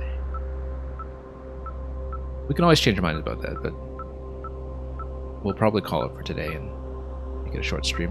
Anyway, let's look at the stats for this world now that we finally have it. As you can see, 51 deaths in this room. That was absolutely vicious. 37 in this one. Yeah, we got a bug for this one, and that was 50 seconds. So yeah, we just picked up 2 of the bugs today. Maybe it's a time check, I don't know. But, well, I mean, you're clearly racing the bug on the side, but this one seemed to have a red bug as well that we just didn't manage to catch. So. Anyway. That will be it then. We're going to make it a short stream today, and then we're going to play something else next stream, likely in 2 days' time. Like I said, I've been looking at potentially going back to Super Mario Maker 1 in quite a big way, rather. I don't know if we'll do this week or next week, but it will depend on how the server is looking and what kind of program we put together for that. Maker 2 will be something that's still relatively regular week to week, and we'll see how it goes as the months progress.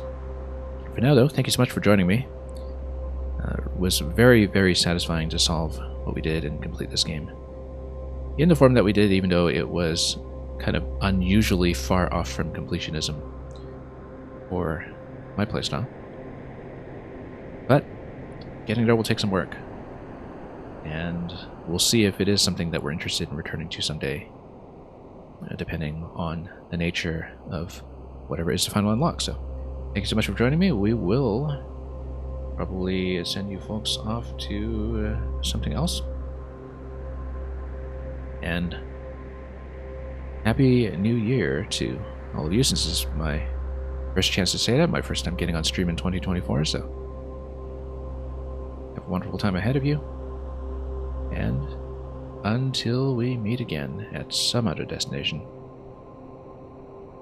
enjoy everything you may be playing or watching, and as usual, and for the whole year ahead, fare thee well.